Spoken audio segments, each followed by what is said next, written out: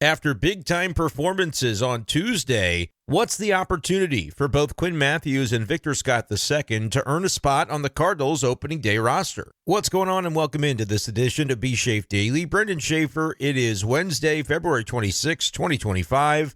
I'm back in Missouri after the last couple of weeks at spring training.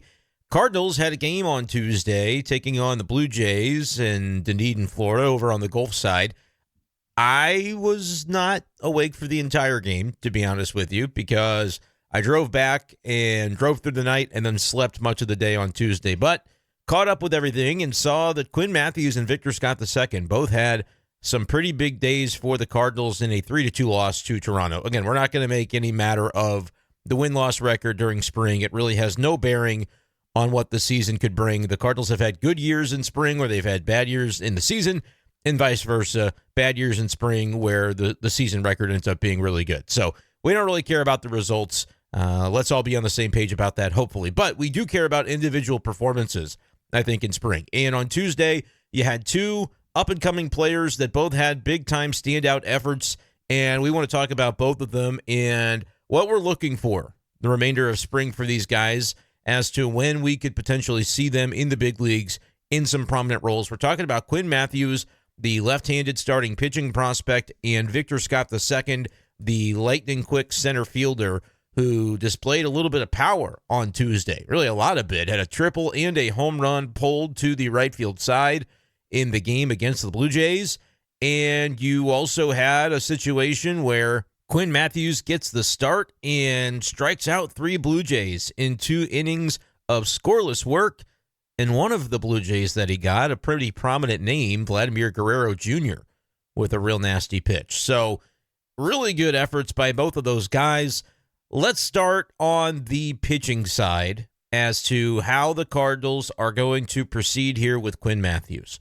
Because when we talk about the rotation and the fact that there are a number of veterans in that group kind of blocking some of the younger up-and-coming arms, at least on paper, Quinn Matthews is really not even the first name that we're talking about in terms of the ones being blocked.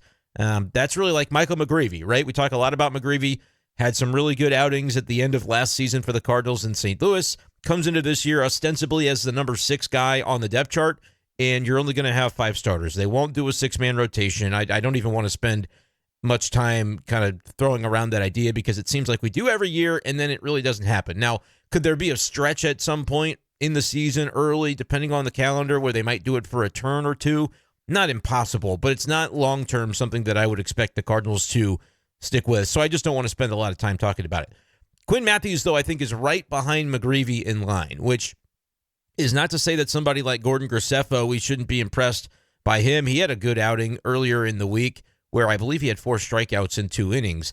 And he's somebody that's going to be pitching in the big leagues for the Cardinals this year for sure. I just think it might end up being more of a bullpen role for Graceffo and probably on the open day roster. I say probably. There's certainly a possibility. If he continues to look really sharp in spring, I think the Cardinals will end up putting him there in some capacity or another. And look, if enough injuries and attrition happens to where you maybe have a spot for Graceffo in your rotation and he's built up from the jump to be able to do that, then maybe he would be in there as well. And this could end up being the season that Cardinals fans were hoping for when in October or end of September, John Mozeliak got up there and said, yeah, we're going to lower the payroll and we're going to look to build the foundation a little bit. That would be really exciting to have guys like McGreevy, like Graceffo, and even maybe Quinn Matthews contributing in considerable roles at the beginning of the season and not having to wait until the late summer for that. I think that would get Cardinals fans on board to be able to be excited about what the future could bring, even if it means there are some growing pains and a learning curve for those players as they assimilate into big roles with the Cardinals. So we could potentially see this play out. It's just hard to map out right now because of the veterans that I mentioned. Sonny Gray, Eric Fetty, Andre Palante, Miles Michaelis, Steven Matz. That's your group of 5. And I think everybody gets excited and on paper would want to say, well, you can push Matz to the bullpen, and you know what? They should just get rid of Michaelis.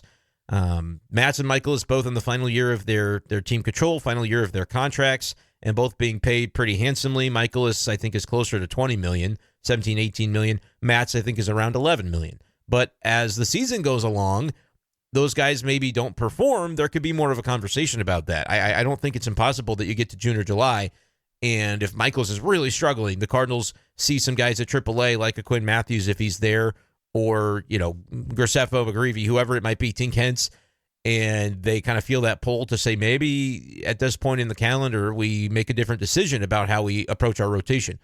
I think from day one, though, guys like Michaelis, guys like Matz are going to have that opportunity, and I don't really even disagree with that. Like, I am not in the camp of, just cut your losses with these guys. They should trade somebody.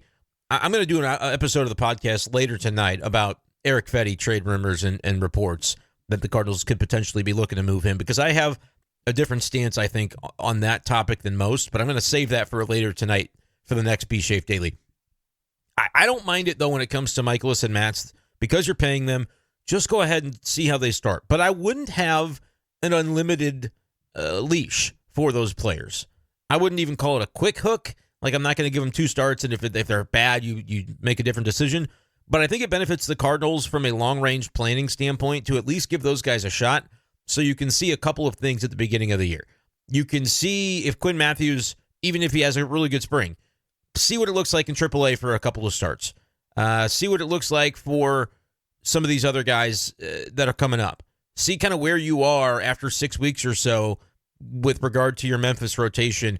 And is it one guy that you're really thinking has a lane to be able to contribute in St. Louis right away and you want to make a spot for him? Or are there multiple guys that, guys are coming out of the woodwork and surprising you with the way that they're performing, and you maybe do need to find multiple spots for some of those young pitchers that are ready now rather than they're going to be ready down the line? It suddenly goes from being a hypothetical to being something that very much is based in reality. If those guys are performing, that's great news.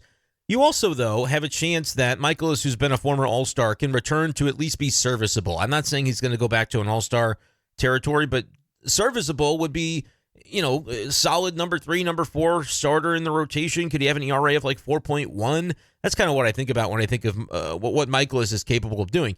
But if you go through a month, 6 weeks, and it's not looking any different, you've combined that time with giving some of those younger arms another level to ramp up at. As much as Quinn Matthews is exciting and as much as he might be ready now, he did struggle a little bit last year at the end of the season when he pitched in AAA.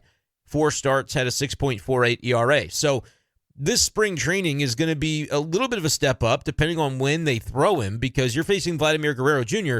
That's not a name that you're going to see in AAA if you're down there. So to be able to strike him out shows some growth, shows some development, and that's not a surprise because he absolutely mowed down hitters at A-ball, at high A, and at double A last year, talking about Quinn Matthews.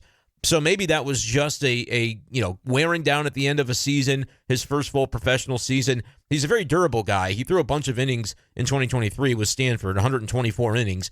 And so last year went up to 143 innings between all 4 levels of the minors that he played in. But those last 16 innings were at Memphis, where he had exceeded the threshold of his previous career high in innings, right? 124 innings with Stanford, drafted, didn't pitch the rest of the year for the Cardinals in 2023 because they said, you've already set a career high in innings. You'd like to see guys go up by 20 or 25. I think that's a good number to be able to kind of increase as you build up as a young pitcher. And the Cardinals said, you're good. We're not gonna send you to any of the professional levels after they drafted him in July of 23. 24, they rode the horse, and he threw 143 in a third innings. That's a number that Tink Hence hasn't even remotely come close to sniffing in his career with the Cardinals, right? A guy who they drafted out of high school, so they're trying to build him up slowly. In the case of Quinn Matthews, they drafted him, and he was already a workhorse. So they said, all right, let's give him the rest of 2023 off, but then we're going to really hit the ground running the next season. And boy, did they. 143 innings, raises that career high by about 19 or so innings, so you're getting that steady increase. He had 202 strikeouts. Like, everything looked really good, but the very end was where he was in new territory from an innings perspective. So maybe that's the only reason, or the primary reason, that he struggled at Memphis last year in the final month of the season with a 6.5 ERA. And maybe we see Quinn Matthews just be completely nasty this spring to where he does force the issue. And maybe that is something that could shorten the leash on a Matz or on a Michaelis. But I still think that leash is going to be there a little bit at the beginning. That being said, I think there is still a lane for Quinn Matthews into the rotation, and that's the lane that has been provided for basically every year for a decade, which is injuries to the rotation in spring. It's late February. We've got about a month before the season begins, and so far, I'm knocking on the wooden desk here. so far so good that we haven't seen any, real major injury concerns for the Cardinals rotation. But inevitably, there's going to be something that pops up, right? Like, that's sort of the feeling. And if that happens, let's say you live in a world where one of the five gets hurt, but you also made a decision that, well, Steven Matz, he just doesn't really do it for us. He's not looking good in spring. He's not looking sharp. We're gonna cut him, or we're gonna trade him as a salary dump. And then suddenly you've got multiple guys that are down and out that you thought at the beginning of the month were going to be part of your rotation, but one of them was self-inflicted because you told somebody to go away, you paid them to go away, and somebody else then gets hurt. Suddenly you're going, all right, well, we really hope Quinn Matthews is ready. He looks ready. We think he's ready. But if he's not ready, then suddenly you're kind of at a risky standpoint when it comes to the rotation, because McGreevy's already in and Matthews is already in. And if Matthews is in the major league rotation at the beginning of the season because of this scenario where one guy gets hurt and you paid somebody else to go away, like a lot of Cardinals fans want, and he struggles, then you feel like, well, we can't send him back to AAA because we're not really sure who's going to replace him. We don't want to stunt anybody's development by bringing them into that role now if they are not showing the aptitude to be ready for it. I really do think this is going to be a year of development and building for the Cardinals, but I'm okay with taking 4 to 6 weeks at the beginning of the season and seeing what it looks like. Because if Miles Michaelis returns to form, and if a Steven Matz ends up returning to form, he's had some moments as a Cardinal where he's looked really, really sharp. Last year was not quite as much that case with a 5 ERA, but he had a 3.8 ERA in 2023 and made 17 starts, pitched a little bit out of the bullpen, had 105 innings. That's the most by far that he threw as a Cardinal in any of the 3 seasons. And it's the only season where the numbers actually at the end of the year looked pretty good. And remember, they started off being really rough in 2023, so Matz had a stretch where he was really, really effective. Do I expect it to happen this year? Not necessarily, but I'm okay because the money's already been spent, and it's kind of a cushion of protection to get you through the spring and get you through the first month or two of the season to feel like, all right, let's everybody find their bearings. Let's see where we are from an attrition standpoint, because in my example I gave, I said one starter gets hurt. There's no rule that says only one starter is going to get hurt. You could lose 2, you could lose 3. A variety of things can happen to where very quickly you find yourself in a less desirable spot. And some people might say that's not a big deal, because if it's a year about finding out what you have, throw some of these guys that have been at AAA into the big league rotation and just see what happens. What's the harm? Yeah, I guess you could take that standpoint. I'm okay with a little bit more of a conservative approach at the beginning. I won't be singing this same tune in June if the Cardinals are 5 games below 500 and you've got guys in AAA that are truly knocking on the door. Right now, though, it's all still a little bit hypothetical. We've seen 2 really good innings from Quinn Matthews this spring, and I definitely want to see more. And if he does this and throws a scoreless spring and is striking out, a batter and a half per inning like he has so far, and that's more than just a hypothetical that we can talk about on the 26th of February, it becomes something that's, entrenched in reality for what his spring ends up being, and he maintains it as more and more teams that he faces end up keeping their lineup in the game for all the innings that he pitches. I know this time they did because he only threw 2 innings, but when he starts to build up and he's throwing 4 and 5 innings and he's still doing it, yeah, we can have a completely different conversation. I'll be much more ready to kind of jump in and say, yeah, find a way. I don't really care how you do it. Find a way for Quinn Matthews to be in the rotation. And that could be as simple as, right now, let's just say Matz has a very average spring. He doesn't look bad, but Quinn Matthews goes out and he just outpitches him at every turn. And let's say McGreevy has whatever the threshold is for them to want to have him in the rotation on opening day. Let's say it's, 3.8 ERA in spring. He looks certifiably fine. Doesn't blow you away, but we have kind of established that this is the year that we want to see more of Michael McGreevy. And so you're almost looking for a reason to put him on the team rather than with Quinn. It's like he's really got to go out and show you because he's a little further behind in terms of the number of minor league innings and experience that he has. Both guys came out of college, Santa Barbara for McGreevy and Stanford for Quinn Matthews, and we've only seen Quinn for 1 year. So the threshold is different. Like, I don't think Quinn can outpitch McGreevy and take the job from McGreevy. I think McGreevy has to just be solid, and he keeps that spot in line, even if Matthews has better numbers. That's kind of how I feel about it. You can disagree. Let me know if you do. But if that happens, and both guys they kind of meet the threshold of, yeah, we want to see what we've got. They're both ready. They both really seem like they're ready.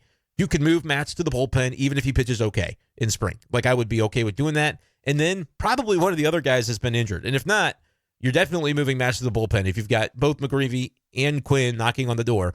I personally would have it be McGreevy that gets that opportunity if that situation comes to pass. But then I'm looking every week at what Quinn Matthews is doing in AAA and looking for a reason to put him on the team, right? That maybe does shorten the leash on a Miles Mikolas. Instead of 6 weeks, he gets a month. He gets 3 weeks before you go, yeah, I mean, if it's looking like it looked last year, he's not adding anything to this ball club. We can pay him and he can go hang out in Jupiter. Like, if that's the way that it's going, I would paint that scenario and say it's a possibility. But if Miles Mikolas is struggling, but you don't really have guys that are jumping up and obviously ready to take it, then he can eat it for a little bit, and you don't really lose anything development-wise in your organization. It's a nice kind of situation to have because you're protected in that regard. But yes, to answer the questions, like, I think Quinn Matthews is close. I think if he has a spring that looks like it looked yesterday and he does that the entire way, then we'll have a different conversation toward the end of March where I'll be beating the drum and he should be on this opening day roster. Right now, I think you should just enjoy it. Enjoy what he does in spring and every start. If it continues to look that good, then the hype is going to increase for sure. That being said, let's talk a little bit about the outfield situation with Victor Scott, because I think he's got a much clearer lane to the opening day roster than does Quinn Matthews. Because in Quinn's case, needs at least one injury and then probably a decision by the Cardinals to move Matz to the bullpen. Those would be the two things that if he has a good spring and those two things happen, Quinn Matthews, there's really an opportunity there. But he needs those two things, and he's not in control of them. I think Victor Scott is in control of his own destiny. If he has a great spring, I think he's on the opening day roster. I think he's the opening day center fielder. And I think Michael Ciani is coming off the bench for the Cardinals, which he's trying to earn an opening day roster spot. He's trying to earn an opening day starting nod.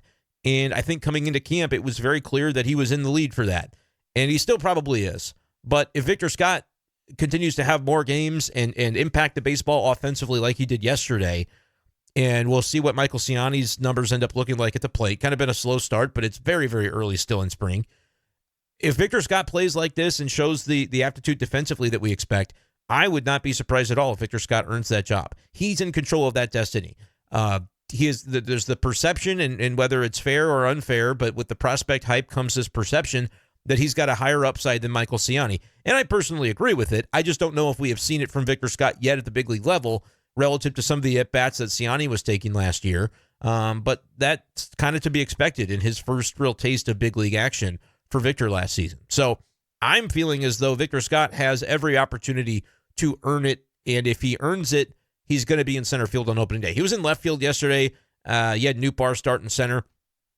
I don't know. They're trying it out, seeing what it looks like. Like it was a case where Scott had to play, but they also want to look to see Victor's opportunities in center and see what it looks like. And so that's what they did. I do not think that Newbar is going to end up playing center field in the regular season. I would be surprised if he plays it as a predominant position. Granted, if the Cardinals are struggling offensively, that can change really quickly because they have talked a lot about, we know we have to score more runs this year. And if the first few weeks of the season go, and whether it's Victor in center or Ciani in center, and as a team, they're not producing enough offense, and those two positionally in center are not producing enough offense, then I think you could start to see that pull to make sure you get Burleson in the lineup every day, and especially against right-handed pitching. So, it remains to be seen the way that's going to play out. I don't believe it. When I see Newbar in center, I'm not looking at that yesterday and going, oh, it's a sign that he's going to win that spot, and we're going to see more of an offensive-based lineup. No, I just think that they're trying it. They're giving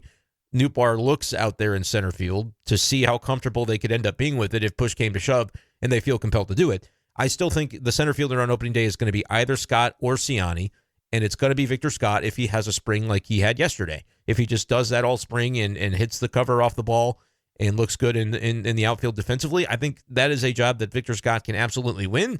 And I think that would be something that could be pretty exciting for Cardinals fans who are looking to see, like, what is 2025 going to be about toward building the future? 5 years down the road, I would certainly give Victor Scott better odds to be the Cardinals' everyday center fielder than I would Michael Ciani, even though Ciani's not that old. He's still in his up-and-coming stage, I think, as an MLB player. Victor Scott has that prospect pedigree that could he end up having more consistency and staying power over the course of his career? Certainly could. I think a lot of Cardinals fans would have that sentiment, and sort of the way we mentally couch these players, I think that's the way a lot of people view Victor Scott, and now it's just about bringing those raw materials to life in the big leagues on a regular basis and kind of cashing in on that prospect capital. I think that's the point that we have reached now with Victor Scott II. I think last year ends up being really valuable for him in retrospect because he came up and, yeah, he failed at the beginning of the season. I was beating the table to have him be on that big league roster when the injuries happened in spring, and I thought that the Cardinals needed what he could bring in center field, and I thought it would be interesting to see how he would handle it. And Ollie Marmol talked about this in spring this year, that the Cardinals would not have brought him up at that point after having a pretty solid spring and just throwing him feet to the fire into the big leagues right away last year. They wouldn't have done that if they thought his personality was one that wouldn't be able to handle failure in a scenario like that. Like if they had the belief that we're going to do this, and if it doesn't go well, it's going to ruin him, it's going to delay his development, they wouldn't have done it. That was what Ollie Marmol said about that exact conversation this spring. So it is the case that I think he got his feet under him a little bit and learned from the experience, and I don't think mentally it put Victor into a spot that he's not able to bounce back and have a great 2025 because he's still got that, the feelings of, well, it didn't work out the last time, and am I going to be able to hack it? Like, that's just not his personality. And I said that at the time. I didn't know for sure that the Cardinals felt that way, but I said at the time that I'm not. I think the conversation, you're going to stunt his development, we're totally overblown with this player. And I had no problem with them bringing him up, and I had no problem with him failing and going back and learning from it. And I think it's a case where he's come into this spring and he's locked and loaded, ready to go. And it's all from the experiences that he had last year. He's a confident kid. He's a kid that understands the process and thinks through and works through process-based situations more so than, well, it's just I went 0 for 4 with a strikeout.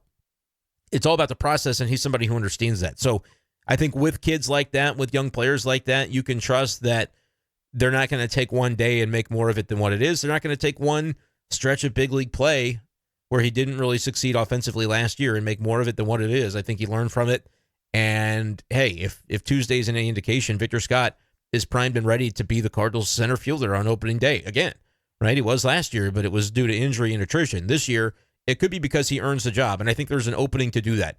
I would still very much have Michael Ciani on this team because I think that, in a perfect world where the Cardinals have a legit ceiling to win a bunch of games and make the playoffs, I think that world is the one in which Victor Scott steps up and he has a Mason Wynn type of year, like Mason Wynn did in 2024. Victor steps in, and does that in 2025, which just forces the Cardinals to say, hey, we think Michael Ciani is one of the best 30 center fielders in baseball. When you combine offense, defense, and everything, he's a starting caliber player, but Victor Scott's top 15 or top 10 at the position, and he's going to have to play every day, which puts Michael Ciani into a spot where he's not an everyday player, but he's a guy who can absolutely be a weapon and contribute, whether that's off the bench, in a defensive replacement role, in a pinch running role, in a pinch hit, take a bunt situation where you need to move a runner over, and then you're going to come in for a defensive replacement after that and kind of do two things at once and be a versatile weapon. I'm not saying that Michael Ciani, that's all he can do. I think I like the way that I framed it the first time. If Michael Ciani is the 25th best all-around center fielder in Major League Baseball, but Victor Scott is the 12th best all-around center fielder in Major League Baseball, Victor Scott plays, right? It's not an indictment on Ciani to say that he's just a bench bat or he's just a fourth outfielder. That may not be the case. We may still see Michael Ciani take strides this spring offensively to where the Cardinals are going to want to put him in there because he's ahead of Victor right now defensively. I think that Victor Scott has an upside similar to Ciani on the defensive side, but I'm not sure that anybody is necessarily better in Major League Baseball than Michael Ciani with the glove work in center field defensively. So that's like an area that I think Victor can continue to improve on the raw materials and the skills that he has to become as good as Ciani there. But I would give the slight edge to Ciani. I would say Ciani is Gold Glove caliber to me, and Victor is just right there with him. But then offensively, I think the upside of what Victor can bring is higher. And if he starts to hit on that more frequently to where the consistency is there, there's maybe not a lot Ciani can do to hold him off, because there's going to be that innate pull to want to see Victor Scott and see if he's able to capitalize on all the promise that he's had as a prospect. So that's kind of the way I view the situations for Victor and for Quinn Mathews. I think in the case of Scott, he can win this job. If his performance dictates it, he's going to win this job. In the case of Quinn Mathews, let's keep seeing what it looks like. There's some other variables at play to where he maybe doesn't win an opening day rotation spot, even if he looks really good. But if he does, the clock suddenly begins to tick on some of those other decisions, and the Cardinals, I don't think, should wait around very long after that. If he looks like he's deserving of a spot, and then he has a couple of outings in AAA because they're like, well, we didn't have any injuries somehow this year, and we moved Matz to the bullpen for McGreevy. We just don't have any other spots right now. But he starts to look really good in AAA, just like he does in spring. Talking of Quinn Matthews, and that's the scenario you're in. Yeah, very quickly the sand will run out of the hourglass, or should, for somebody like Michaelis. If it's not looking the way that it needs to look in April. But if it does look good, then okay, you've got depth. That would be a nice thing to have, right? It's not something that the Cardinals have had really legitimate quality starting rotation depth in the last couple of years, and maybe that's a scenario that gets painted this year. I am going to talk tonight about Erick Fedde, so stay tuned to the YouTube channel for that, because I think that's the next iteration of this conversation, that, well, if you have these guys knocking on the door, why wouldn't you trade somebody like Fedde? I will go deep into depth of that conversation in the next episode of B-Schaeff Daily. So make sure you guys are subscribed to the channel for Cardinals content and conversations all season long. And that will include more live streams. We did one the other day. We're going to do more as the season goes. And it may end up being a multiple times per week thing if, basically, honestly, the juice just has to be worth the squeeze, where I know that people are going to tune in.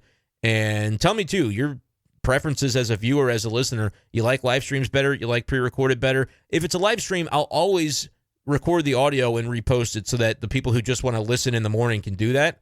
But if there's enough of us that really enjoy the banter and the conversation when live streams happen, then I will make that a more regular part of the experience. I just don't want to end up kind of putting all my eggs in that basket, and then I feel like I'm doing double the amount of work for less listeners, if that makes sense. But I'm always going to try to cater the content preferences to you guys. So thank you so much for your support all spring. I'm back home now, but we'll continue doing a lot of shows and a lot of podcasts this season. Thank you guys so much for your support, and we'll talk to you next time on B-Schaeff Daily. Peace.